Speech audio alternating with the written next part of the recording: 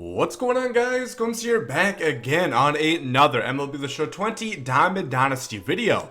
Lo and behold, we are actually getting the June Player of the Month program in June. Yeah, that does make sense, but we're getting it on Thursday of this week, which is incredibly early. It's going to be the entire program. So today we're going to go over my predictions. I went ahead and looked back at 17, 18, and 19 and accumulated a list of who is most likely going to be coming into the MLB The Show 20 Classic Player program for the month of June. Before we get into this one and more, hop into it.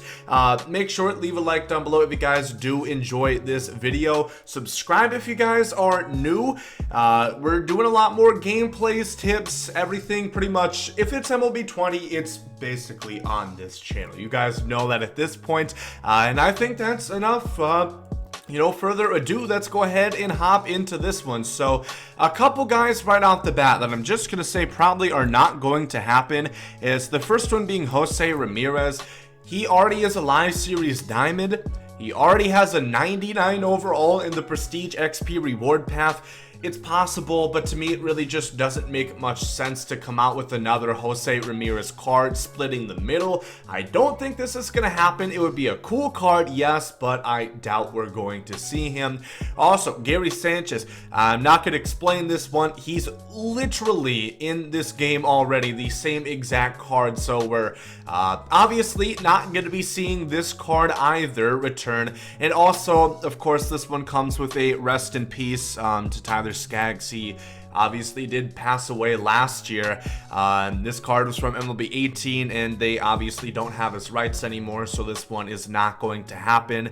Of course it is unfortunate. Possibly they got his rights, but to other guys who have passed recently, especially ones who have already been in the MLB, they don't really retain their rights because they have to go through family, and it's a whole ordeal. But those guys we're obviously not going to be seeing. The first one who I do think we are going to see is Chase Anderson. Now, self-admittedly, he does have a sinker, a circle changeup, a curveball, and a cutter. He has some really good pitches. Unfortunately, we can't see his velos and stuff because this is before they thought of the idea to do it. 87 stamina, 83 hit 9, 75 K9, 81 walk per 9. Also, important to note that at this point, we've pretty much come to the realization that they're always going to be boosting these cards. If we were to look back at the May monthly award players that we got, basically everybody is boosted except for Hector Neris. Dietrich went up 3 overall. Alex Wood is a lot better than his stats would show in MLB 17. So I would assume they're going to keep progressively going up overalls as they have been with the 2 past programs. So remember, MLB 17 is always going to be different than 18 and 19 and this year because it's a different rating scale. But Chase Anderson I think is pretty dang likely because they also usually like to touch all bases. I do quickly want to talk about Bellinger as well because I don't think he's going to be the Lightning Diamond. Why? Because he already has a 90 overall. 90 overall, had a brain fart trying to cooperate. I really don't know what's wrong with me. But Cody Bellinger, I don't think this would happen, obviously, and I kind of hope it doesn't happen, especially if they weren't going to give him his defense to what he has today. This, of course, is a first base card, can play entire outfield. I wouldn't want a Cody Bellinger that barely has silver defense in the outfield. Really don't think we're going to get another card of him until we get like a 99 or something towards the end of the year. So I don't think that's going to happen.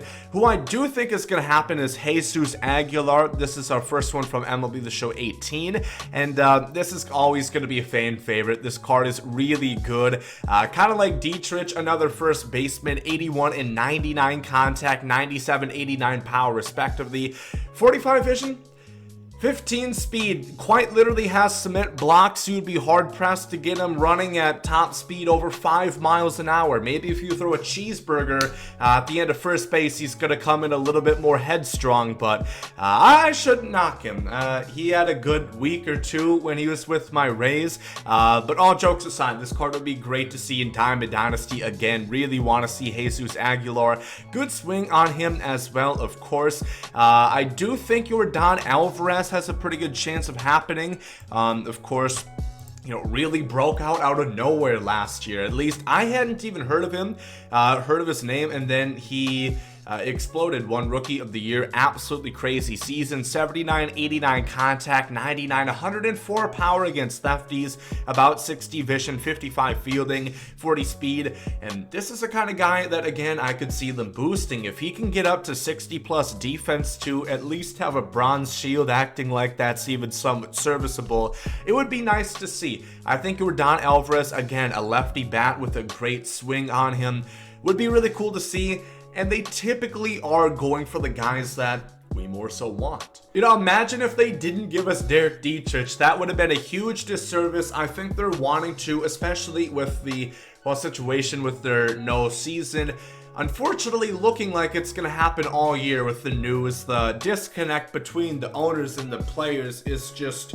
It's massive. It's the Pacific Ocean between the two right there. So Yordan Alvarez, I think it's going to happen. And then last year we had a lot of cards. We have Liam Hendriks, we have Lance Lynn, we have DJ LeMahieu. You'll notice again, since there are so many guys that can't happen, Chase Anderson is really the only diamond out of the 17 set that could fit this year. Jesus Aguilar is pretty much the only diamond from the 18 set that could fit this year. But they usually do like to have a good mix. I would say Liam Hendriks is probably the most likely out of him, Lance Lynn, and LeMahieu. They usually like to go two pitchers, so I guess it could be Lance Lynn by that same logic as well. I'm hoping for Liam Hendriks though. I know he has a pretty good gold card, but I always really like to see Liam Hendriks because he does really good for me. 4-seam, 2-seam, slider, curveball, 99 on that 4-seam. Does not have a changeup, which does suck, but his breaking balls have good stuff. 94 overall break, 109 K9, 93 hit 9, 88 overall. Wouldn't be surprised if they boosted him again like they have been with the last couple. And another reliever, yep, I know we just got one with Hector Neris, but let's keep it a stack. Who's actually using Hector Neris in their bullpen?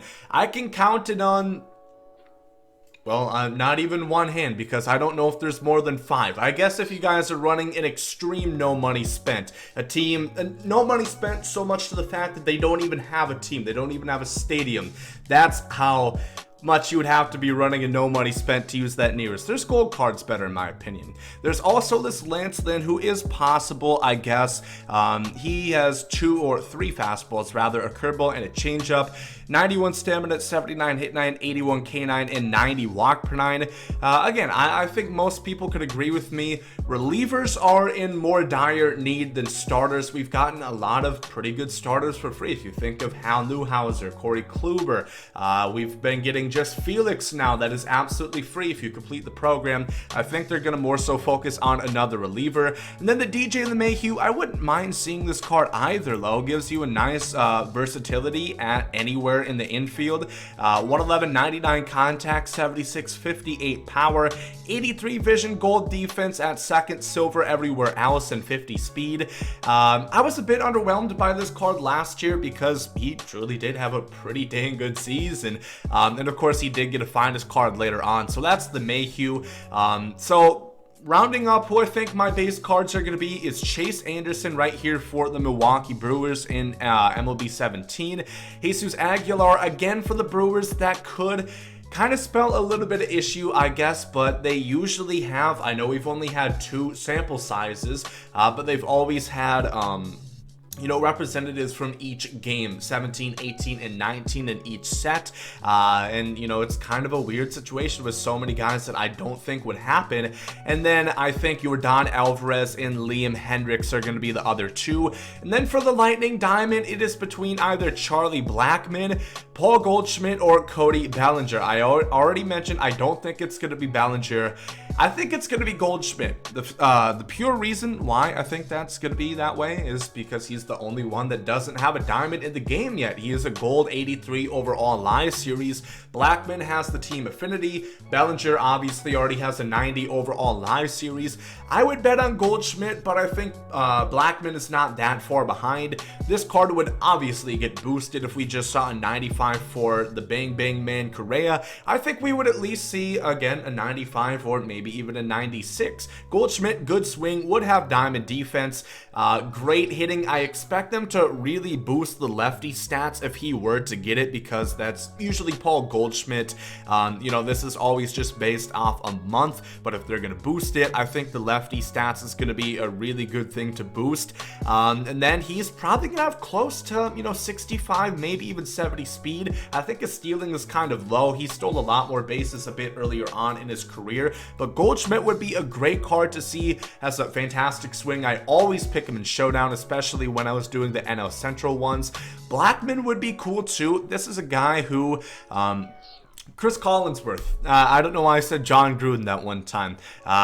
This is a guy who, Charlie Blackmon, probably wouldn't be upgraded really at all, maybe a little bit, but he's already a 95, and this card is obviously here to only do one thing, and that's to slap dingers, baby. He's not doing anything on the defensive side of the ball. You'll be lucky if he catches the ball. 105, 117 contact, 105, 95 power, 83 vision, super smooth Mrs. Buttersworth swing. That is really, really nice. I didn't get a chance to use him last year except in BR a couple of times.